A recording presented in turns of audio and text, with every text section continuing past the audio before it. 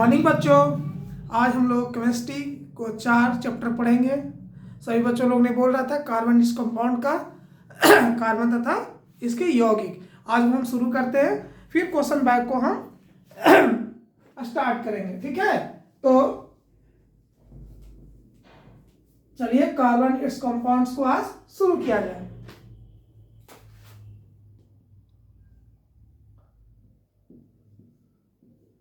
अब देखा जाए कि कार्बन इट्स कंपाउंड्स शुरू करने से कार्बन पहले जानते हैं कि कार्बन क्या है। तो कार्बन चैप्टर का नाम है कार्बन तथा इसके यौगिक। कार्बन तथा इसके यौगिक।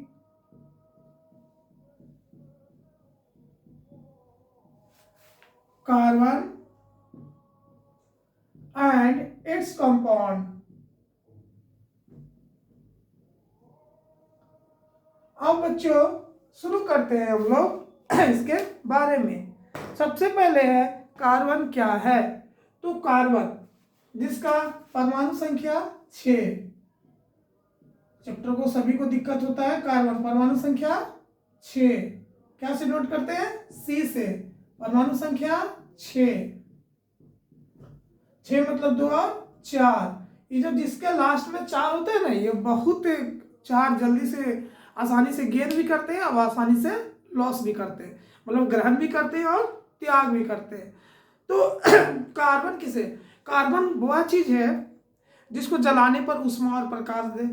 कार्बन एवरी सभी जगह है। यही कारण है कि सबसे अधिक क्रियाशील भी होता है। तो कार्बन सभी जगह, जैसे लकड़ी, लोहा, सभी जगह कार्बन है। जैसे हम लोग में भी है, हम लोग को भी जलाएंगे तो जल जाते हैं, मरने के बाद तो जलती ही ना है। तो ये सब क्या है? कार्बन है। बाकी कागज, कोयला, कहीं पे भी आप कुछ भी उठा लेंगे वो सब क्या है? कार्बन है, कार्बनिक है। ठीक है, हम इस सबसे सीधे मुद्दे पे चलते हैं। पेन, कॉपी सब कार्बन है। तो सबसे पहले इस चैप्टर में एक आता है जीवन शक्ति सिद्धांत क्या है। क्वेश्चन है जीवन शक्ति सिद्धांत क्या है, वाइटल फोर्स थ्योरी। एक है, ये समझ गए, इसका सी से नोट करते हैं। परमाणु संख्या 6 होता है, 2 और 4। बहुत सारे बच्चे ने तंग किए थे कि सर ये चैप्टर पहले खत्म करिए। जीवन शक्ति का सिद्धांत, अगर इस तरह से बोले उसी तरह से फीडबैक भी आप लोग दीजिएगा। जीवन शक्ति का सिद्धांत किसे कहते हैं? तो 1815 ईस्वी में, आंसर में लिखेंगे 1815 ईस्वी में, 1815 ईस्वी में ब्रजीलियस एक वैज्ञानिक का नाम है। ब्रजीलियस ने ये कहा कि, अब क्या कहा? ये कहा कि जो भी सजीव है सजीव पदार्थ का जो कार्बनिक यौगिक है एक सदिश बल से बनता है, मतलब वो इनविजिबल फोर्स जिसको आप देख नहीं सकते। जैसे आम आ गया, पेड़ से आम आया, कैसा आया? तो एक सदिश फोर्स है, एक सदिश है, इनविजिबल है वो। उनको कहना था कि हम किसी भी सजीव यौगिक का निर्माण नहीं कर सकते। बच्चों सजीव यौगिक का मतलब क्या हुआ वो समझो पहले साइड में, कि सजीव यौगिक क्या हुआ। तो देखो सजीव यौगिक, तो पहले तो यौगिक जानते हैं 2 या 2 से अधिक पदार्थ जो निश्चित अनुपात में मिले, यौगिक। सजीव मतलब सजीवों का यौगिक, जैसे बच्चा से मनुष्य का बच्चा पैदा होना, आम का होना या किसी फल का होना। ये कह रहे थे कि इसका पता नहीं लगाया जा सकता है, हम लोग निर्माण नहीं किया कर सकते, मतलब सजीव यौगिक का निर्माण नहीं कर सकते। इसके लिए यहाँ पर सब रुक गया, सही सब माना कि भाई सही में नहीं हो सकता है, तो रुक गया। लेकिन इन्हीं का एक चेला है होलर, वो इसका अति करते हैं, तो बोलते हैं यौगिक है। तो 1815 में ब्रजेलियस ने यह कहा कि सजीव पदार्थों में कार्बनिक यौगिक का निर्माण एक अधिक जीवन शक्ति से होता है। सजीव पदार्थ सजीव पदार्थों का निर्माण, सजीव पदार्थों में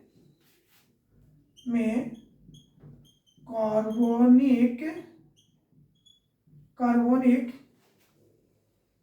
यौगिकों का निर्माण, यौगिकों समझ गया ना, यौगिकों का निर्माण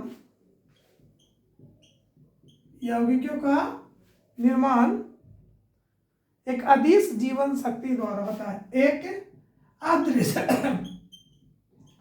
एक अदृश्य जीवन शक्ति के द्वारा होता है। उसे जीवन शक्ति का सिद्धांत कहते हैं।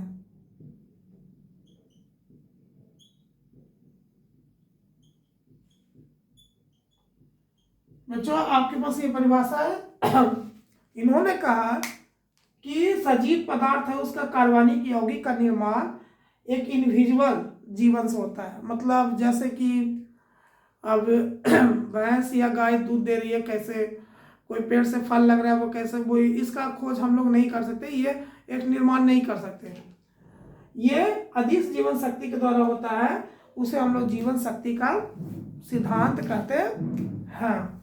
समझ गए बच्चों? अब आगे देखिए, तो 1815 ईस्वी में ब्राइस ने कहा कि सजीव पदार्थों में कार्बनिक यौगिक का निर्माण एक अदृश्य जीवन शक्ति के द्वारा होता है, इसी को जीवन शक्ति का सिद्धांत कहते हैं। समझ गए? 2 नंबर क्या आ सकता है?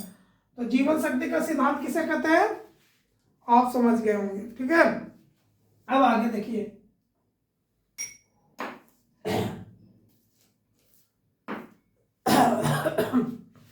अब है कि जीवन शक्ति, ये जब बोले तो ऐसे रहा। जीवन शक्ति का सिद्धांत कब खोज हुआ? 1815 में।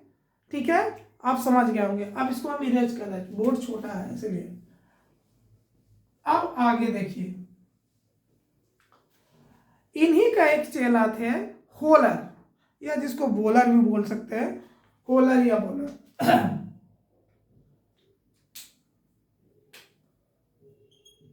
वोलर ने यूरिया का निर्माण किया।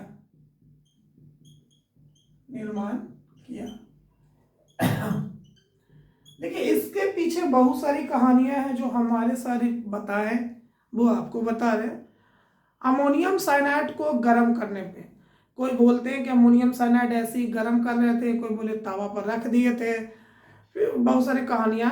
आपको कहानियों से नहीं मतलब है, आपको ये पता होना चाहिए अमोनियम साइनाइड को गर्म करने पे यूरिया का निर्माण होता है। अमोनियम साइनाइड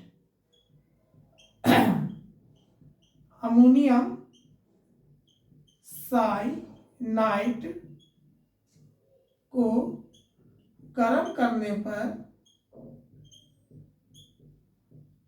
करने पर यूरिया का निर्माण हुआ। किसको गर्म करने पर बच्चों? Ammonium cyanide. फॉर्मूला अमोनियम का NH4 साइनाइड CNO को इसको हीट किए, गर्म किए,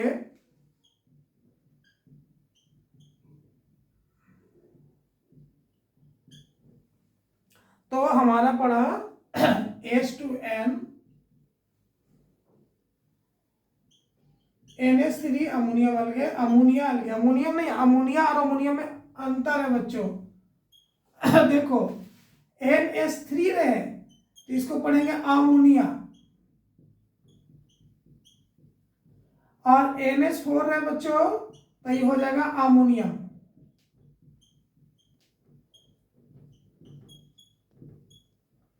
अब देखिए अमोनियम तो प्रश्न यहां से है, अमोनियम साइनाइड को गर्म करने पर क्या प्राप्त हुआ बच्चों? यूरिया का निर्माण हुआ। ठीक है, जैसे इसका निर्माण हुआ आपका जीवन शक्ति का सिद्धांत गलत हो गया। केमिस्ट्री आपको ऐसे ही पढ़ने के मिलेगा, एक आपको निर्माण किए, आगे चल के अगर कोई चीज का खोज हो जाता है तो उसको भी पढ़ना पड़ता है जो गलत हो गया है। ठीक है, तो जीवन शक्ति का सिद्धांत गलत हो गया। और गलत किसने साबित किया? होलर ने। और होलर कौन थे? ब्राजीलियन साहब का ही स्टूडेंट थे। ठीक है, तो इसलिए कहा जाता है कि गुरु तो गुड़ है, चेला चीनी है, अगर मेहनत हद से ज्यादा है तो गुरु से महान चेला है। ठीक है, कोई भी है। अब आइंस्टीन के भी गुरुजी पढ़ाए होंगे, तो गुरुजी तो फेमस ना है, लेकिन आइंस्टीन साहब फेमस है। आप देखिए न्यूटन का भी होगा, सचिन तेंदुलकर का भी देख लो। कोई न किसी कोई न कोई तो गुरु हो गए ही। अब यहाँ देखो, तो होलर ने यूरिया का निर्माण किया। सवाल एक, यूरिया का निर्माण किसने किया? तो होलर साहब ने। यूरिया का निर्माण कैसे हुआ? अमोनियम साइनाइड को क्या करेंगे, गर्म करने पर क्या प्राप्त हुआ? यूरिया प्राप्त हुआ। एक सवाल और आएगा कि सर्वप्रथम कार्बनिक यौगिक का किस यौगिक का निर्माण हुआ? तो यूरिया। सर्वप्रथम, ये हो गया आपका सर्वप्रथम कार्बनिक यौगिक। पूछेगा सवाल, सर्वप्रथम कार्बनिक यौगिक कौन सा है? सवाल। तो सर्वप्रथम कार्बनिक यौगिक क्या है बच्चों? यूरिया। क्या है? यूरिया। और ये आया और जीवन शक्ति का सिद्धांत गलत हो गया। लेकिन अगर एग्जाम में पूछता है तो जीवन शक्ति का सिद्धांत क्या लिखेंगे? 1815 ईस्वी में बेrzelius ने एक कहे कि किसी भी सजीव कार्बनिक यौगिक को निर्माण के लिए एक असदृश क्या होता है? यौगिक का निर्माण होता है। ठीक है, इसी को हम जीवन शक्ति का सिद्धांत कहते हैं। ये जीवन शक्ति का सिद्धांत को गलत होलर ने किया। होलर ने किस चीज का किया? अमोनियम साइनाइड को गर्म करने पे यूरिया का निर्माण हुआ। और ये यूरिया जो है, सर्वप्रथम जो यूरिया है, ये सर्वप्रथम यौगिक कार्बनिक यौगिक हुआ। ये हो गया बच्चों सर्वप्रथम कार्बनिक यौगिक, प्रथम कार्बनिक यौगिक।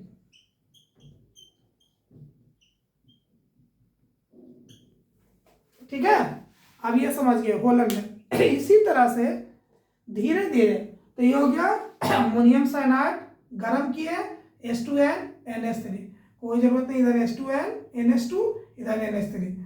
आप इसको ऐसे भी लिख सकते हैं NH2 करके। याद नहीं होगा तो NH2 ऐसे तो पूछेगा 10th में, इतना हार्ड है नहीं संरचना। NH2 NH3। ठीक है, अब आगे चलते हैं। अमोनिया समझ गए, अमोनियम समझ गए।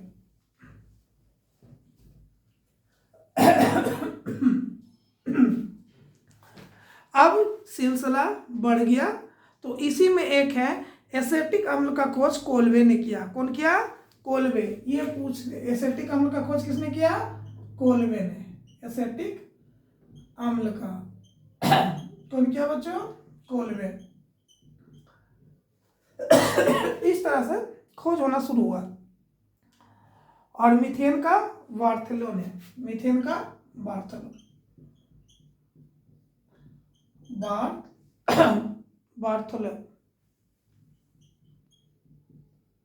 ठीक है, तो एसेटिक अम्ल का खोज कोलवे ने किया। अब मीथेन का बार्थेलो। खोज क्या होता है अभी कैसे पढ़े? अमोनियम साइनाइड एक था, उसको गर्म किया तो यूरिया बन गया, दूसरा पदार्थ बन गया। एक दूसरा रासायनिक पदार्थ बन चुका था। जब दूसरा रासायनिक पदार्थ बन चुका, वही खोज है कि नहीं हमने इसको गर्म किया वो बन गया। ठीक है, और ये पहले रुका हुआ था। अब समझ गए? अब आगे सवाल। ऐसा फादर ऑफ केमिस्ट्री लेवोइजियर के कहते हैं, हम लोग क्लास 9th में पढ़े थे। ये भी जान जाते हैं, उसके बाद आगे चलते हैं। फादर ऑफ केमिस्ट्री 9th में पढ़े हुए। स्थिर अनुपात के नियम, एक और कुछ तक कुछ अनुपात का नियम जो इन्होंने दिया था। कौन बच्चों? लेवेजियर साहब ने। ये पूछेगा तो है नहीं 10th में, पूछ दिया तो लिख लो, लेवोजियर साहब ने। फादर ऑफ केमिस्ट्री कैसे कहेंगे? लेवोजियर साहब को। ठीक है, अब आगे की ओर।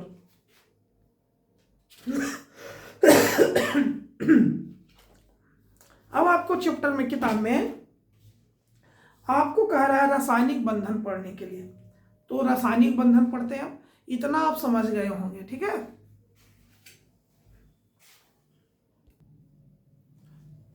अब बच्चों तीसरा चैप्टर में रासायनिक बंधन पढ़ना है और इसमें भी थोड़ा सा पढ़ना है।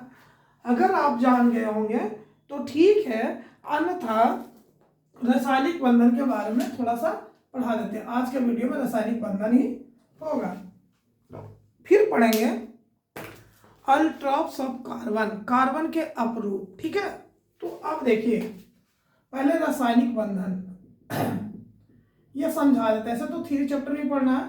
डायरेक्ट बच्चे लोग बोले कि सर 4 चैप्टर बताइए, तो 4 चैप्टर बताने के लिए रासायनिक बंधन, देखो रासायनिक बंधन जानने से पहले हम लोग जानेंगे किसी चीज का परमाणु और आयन के बारे में। अब फिर भी नीचे चले जाएंगे, लेकिन अब यहाँ से समझने की कोशिश कीजिएगा, ठीक है ना। तो फिर पढ़ेंगे जैसे सोडियम आयन, सोडियम परमाणु और सोडियम आयन में क्या अंतर है, तो फिर बढ़ते चला जाएगा। तो हम बंधन को आपको समझाते हैं, फिर उससे चौथा चैप्टर में चले जाएंगे कार्बन के अपरूप अगला वीडियो में। तो रासायनिक बंधन, केमिकल बॉन्डिंग, केमिकल बॉन्ड, देखिए नाम से ही हमको पता चल रहा है केमिकल बॉन्डिंग। देखिए बच्चों नाम से पता यह चल रहा है कि बंधन माने बांधना, बंधन माने बांधना। जैसे कोई बहन भाई को राखी बांधता है, तो राखी बांधता है तो क्या हो गया, बंधन हो गया है। दूसरा एग्जाम्पल में हंसी में आता है कि शादी विवाह होता है, वो भी एक बंधन है। बंधन माने जोड़ना, बांधना। अब यहाँ रासायनिक बंधन को 2 प्रकार से जोड़ेंगे, एक आयनिक बंधन करके, एक सहसंयोजक बंधन। लेकिन उससे पहले बंधन का परिभाषा लिखेंगे, ठीक है, कि कहते किसे हैं। तो वह रासायनिक बल, देखिए बंधन को बनाए रखने के लिए बल लगाना पड़ता है, गुस्सा वाला बल नहीं, प्रेम वाला बल। जैसे बताते हैं जैसे बहन ने भाई को राखी बांधा तो क्या बोला बहन सोचते हैं कि भाई को हमेशा रक्षा किया जाए, तो वो अब भाई बोलता है कि हम जब तक रहेंगे तब तक तुम्हें रक्षा करेंगे। तो क्या हुआ, एक दूसरे को रक्षा के लिए बांधा, इसलिए नाम पड़ गया रक्षा बंधन। वो दुआ करके रक्षा कर रही है, ये बोल रहा है कि हम भी जब तक है हम तुम्हारी रक्षा के लिए तैयार हैं, रेडी हैं। तो ये रक्षा के कारण हुआ, तो इसे रक्षा बंधन कहेंगे। लेकिन यहाँ रासायनिक के नाम पे है तो रासायनिक, तो यहाँ पर रासायनिक है तो वहाँ रक्षा बल लगेगा ना, रक्षा बल, कि भाई बहन बांधा तो रक्षा बल लगा, भाई ने भी रक्षा बल ही लगाया, बल लगाया। लेकिन यहाँ पे है रासायनिक बंधन, तो रासायनिक बल। तो देखिए परिभाषा में वैसी रासायनिक बल, देखिए बल तो लगेगा ही, कोई को बांध के रखने के लिए वैसे रासायनिक बल, वैसे रासायनिक बल जो किसी अणु में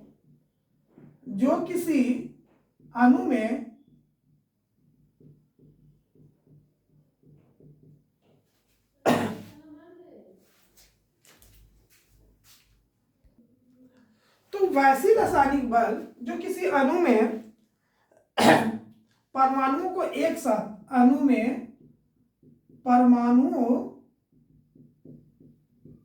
को एक साथ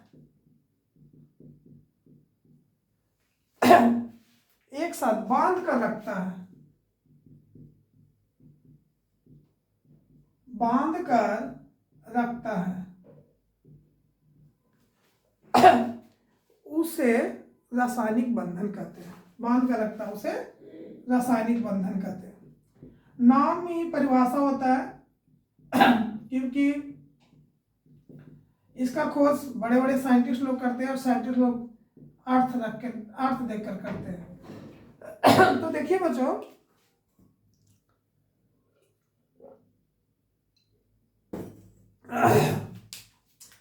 वैसा रासायनिक बल जो किसी अणु में परमाणु को जोड़ कर रख रहा है, कौन सा बल बच्चों, तो रासायनिक बल। तो देखो परिभाषा कितना आसान में याद हो गया कि वैसा रासायनिक बल जो अणु में परमाणु को जोड़ कर रखता है उसे हम लोग रासायनिक बंधन कहते हैं। रासायनिक बंधन 2 प्रकार के बच्चों। अब ये जो रासायनिक बंधन है ये 2 प्रकार के होते हैं। हमें लगता है आपको डिफिनेशन समझ में बढ़िया से आ रहा होगा। एक है आयनिक बंधन, दूसरा है सहसंयोजक बंधन।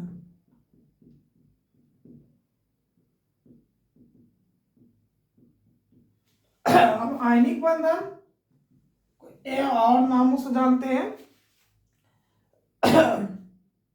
वैद्युत संयोजक बंधन। वैद्युत, इसको कहते हैं वैद्युत संयोजक बंधन। वैद्युत संयोजक, सहसंयोजक नहीं, संयोजक, संयोजक बंधन।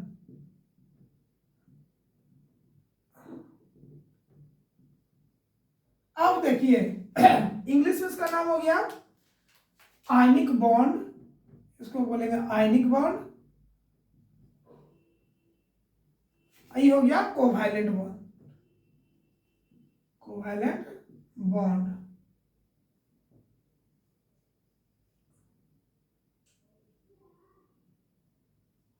Covalent bond. अब देखिए बच्चों, रासायनिक बंधन दो, एक आयनिक बंधन, एक सहसंयोजक बंधन। अब यहां से समझाते हैं कि अभी दो बंधन पड़े थे, रक्षा बंधन, धागा सूत्र, एक शादी वाला बंधन वो भी जोड़ा ही जाता है, तो अंतर अलग है। इसमें है बंधन बनाए रखने के लिए इलेक्ट्रॉन को ट्रांसफर करता है, इलेक्ट्रॉन को ट्रांसफर। इसमें दो व्यक्ति होते हैं, एक दानी एक गरीब। एक बोलता है ले तुम पैसा रख लो, तुम्हारा काम है। तो इसमें है इलेक्ट्रॉन को शेयर करता है, साझा करता है, ये शेयर कराता है, नहीं मेरा काम चल गया, ठीक है अब तुम लो, तुम अपना काम कर लो। समझ में आ रहा है? इसमें ट्रांसफर की बात होती है, इसमें शेयर की बात होती है। ये हो गया आपका ट्रांसफर ऑफ इलेक्ट्रॉन, मतलब ट्रांसफर, इसमें होता है शेयरिंग। दोनों में इलेक्ट्रॉन का ही काम होता है, transfer of electron, sharing electron, ठीक है। इसमें ट्रांसफर होता है, इसमें शेयरिंग होता है। अब आगे चलते हैं।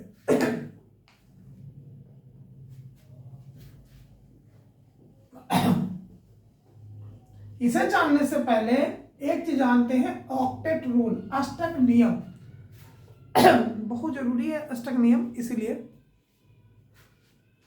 सब थर्ड चैप्टर में पढ़ना है, लेकिन अब 4 कह दिए तो डायरेक्ट उसमें कुछ बेसिस तो पढ़ाना पड़ेगा। अष्टक नियम, ऑक्टेट रूल, वैसा जो अंतिम लास्ट इलेक्ट्रॉन में 8 पूरा करना चाहता है, निष्क्रिय गैस जैसा बनना चाहता है, उसे अष्टक नियम कहते हैं। क्या बोलेंगे?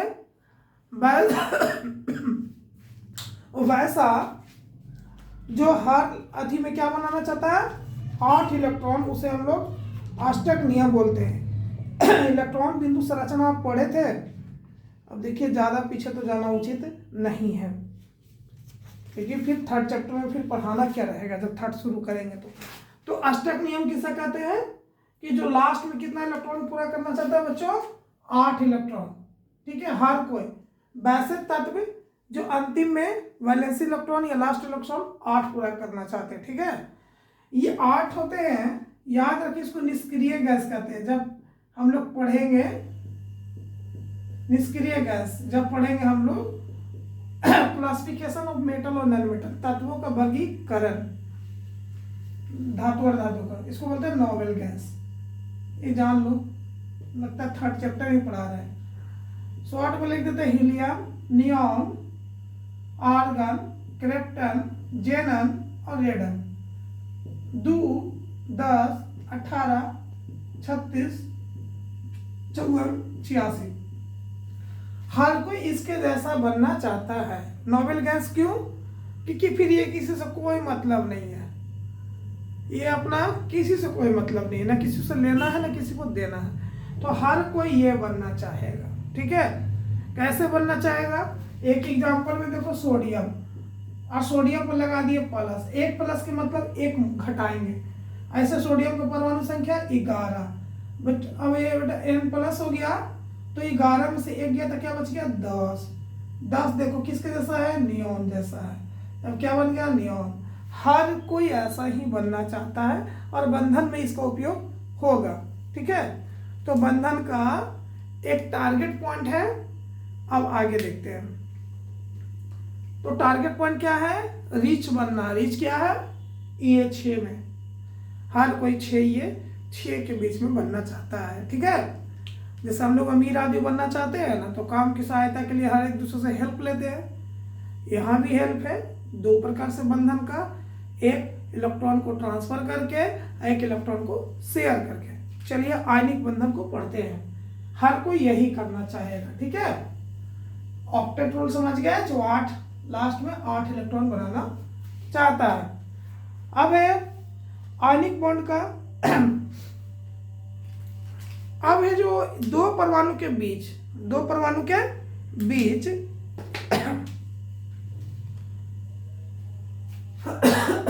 अब आयनिक बंधन के बारे में पहले पढ़ लेते हैं। चले गए थर्ड चैप्टर में। अब थोड़ा सा जान लीजिए, उसके बाद फिर हम आगे लेके चल जाएंगे।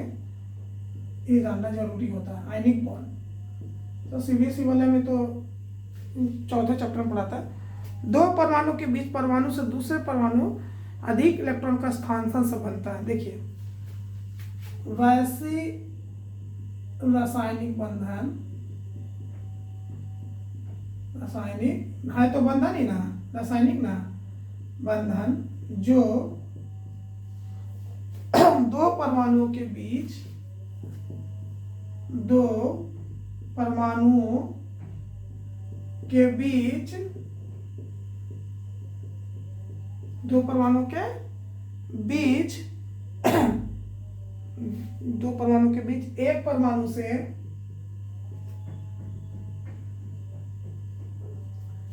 से दूसरे परमाणु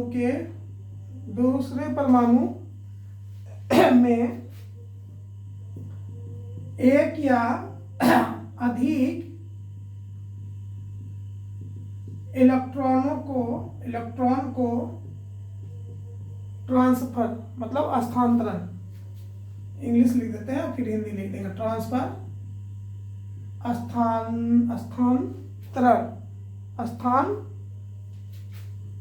स्थानांतरण, ट्रांसफर इंग्लिश में लिख दिया, ये भी चलेगा, डिफिनेशन में कोई दिक्कत नहीं। स्थानांतरण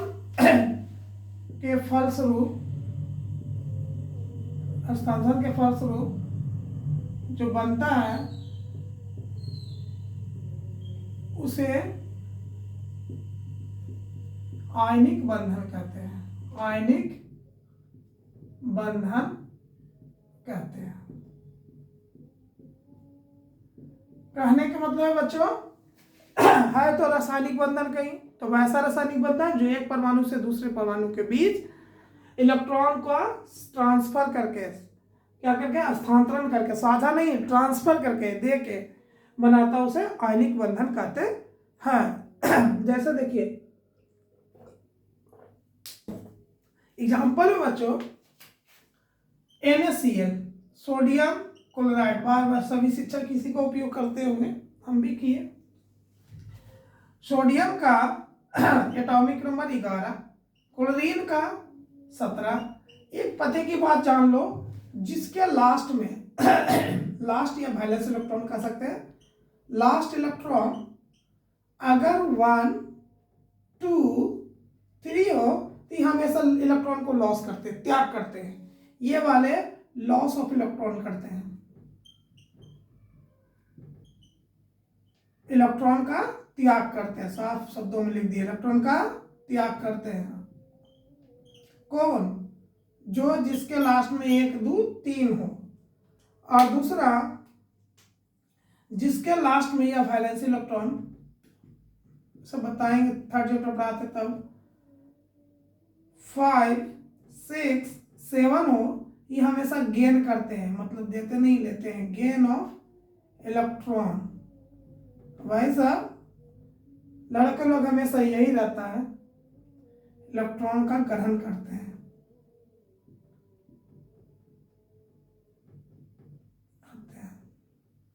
देखिए 5, 5, 6, 7, देखने में तो ये बड़ा लग रहा है, लेकिन ये कोई देगा नहीं, ये क्या कहेगा ना चल चुपचाप हमें दे। कभी गरीब आदमी को कोई हेल्प करता है, अमीर आदमी उससे मांग लेता है। दोनों को काम है 8 पूरा करना। ये दिखने में छोटा लग रहा है 1 2 3, लेकिन दे देता है। ये बड़ा है लेकिन बोलता है ला मेरे पास दो, हमको जरूरत है। इसको 8 पूरा करने के लिए कितना चाहिए 3, तो 3 इलेक्ट्रॉन मतलब 3 बॉन्ड। इसको पूरा करने के लिए 8 के लिए 2 इलेक्ट्रॉन मतलब 2 बॉन्ड। इसको 1 मतलब 1 बॉन्ड। अब देखिए ये इसको हम आप बता लिख लिए होंगे। अच्छा देख लेते थे। इधर देखिए इसको तोड़ेंगे बच्चों, इलेक्ट्रॉन डॉट स्ट्रक्चर, इसको तोड़ने के लिए इलेक्ट्रो कन्फिग्रेशन, इलेक्ट्रॉनिक विन्यास पढ़ना होता है। बोले ना बहुत डीपली चले जाएगा, तो उससे सिंपल भाषा में देखो इलेक्ट्रॉनिक विन्यास का। पहला 2 गो, 1 कम रख 2, फिर होगा तो दूसरा का 8 रखेगा, 8 2 10, अब बचा जो 1, ये 1 हो गया। इसमें वैसे जोड़ दो 2, ये हो गया 8, ये हो गया 7। कल हम वीडियो एक्सप्लेन करें में बताए थे कि 11 का 1, 12 का 2, 13 का 3, 14 का 4, 15 का 5, 16 का 6, 17 का 7, 18 का 8, 19 के 1 और 20 के 2, इतना काफ़ी है। ऐसे 30 तक याद करना। एक्सप्लेन वीडियो में किए थे, आप वहाँ भी देख सकते हैं। अब यहाँ देखो ये है। अब अगर Na पे हम 1 डॉट बनाते हैं और Cl पे हम कितना है, यहाँ लास्ट में जो रहेगा वो 7, 2 4 5 6, यहाँ पर 7, पहले ऊपर नीचे फिर इधर, ठीक है। अब ये बना लिए। अब देखो कौन किसको कितना इलेक्ट्रॉन दे रहा है ये बताओ। कौन किसको कितना इलेक्ट्रॉन दे रहा है ये। तो अब देखिए ये कह रहा ले भैया तू ले ले, ये इसको इलेक्ट्रॉन दे दिया। ये कितना हो गया 8, ये कितना हो गया 1 घट गया, तो इसको कहेंगे N+, इसको हो गया Cl-। N+ का मतलब बताए थे 1 इलेक्ट्रॉन कम गया, मतलब ये अभी 11 नहीं रहा, अभी 10 हो गया। अब ये क्या हो गया 17 था, 1 माइनस ऊपर है मतलब जुटेगा, माइनस है तो जुड़ेगा, तो 17 क्या हो गया, अभी 17 नहीं 18 हो गया। देखो बेटा दोनों नोबेल गैस की काम कर रहा है, एक नियॉन बन गया, कार्बन बन गया। मतलब मेन मुद्दा है निष्क्रिय गैस बनना, 8 इलेक्ट्रॉन को लास्ट में लाना, मतलब नोबेल गैस का बिहेवियर करना। उसके बाद यह अनंत हर हर महादेव, इसको कोई मतलब अब नहीं है किसी से न लेना न देना। तो इस तरह से और एग्जाम्पल हम लोग पढ़ते हैं।